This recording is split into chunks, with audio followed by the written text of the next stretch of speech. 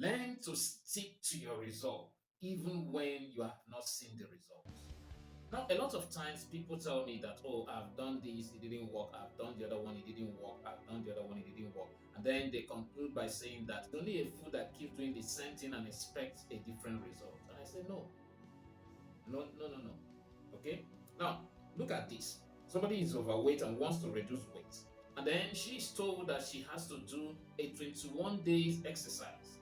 She starts the first day and then looks, nothing has happened. Would you advise this person to stop the exercise because she has not seen any results? No. She has to keep on with the exercise, maybe up to the 10th to 15th day before she can start noticing the results. What am I trying to say? A lot of times we are doing the right thing. It's a different thing when what you are doing is not the right thing. But when you are doing the right thing, many times you need the accumulation of the right thing you are doing to produce the results. So you have a tree to cut, you don't hit it once and expect it to fall. It's an accumulation of the hits that brings it down.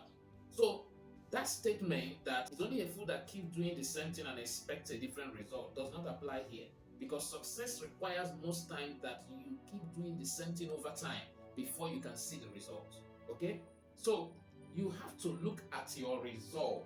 What have you decided? When I talk about resolve, I mean your decisions. You have to stick with your decision. Maybe you have a product you want to market and you decide that, okay, I'm going to be talking to 15 new customers every day concerning my products. You begin and you don't see results. What you do is not to stop talking to them. You might have to improve on how you do it. But if talking to new people every day about your business is the right way to go, you have to keep doing it. In other words, you have to stick to your resolve.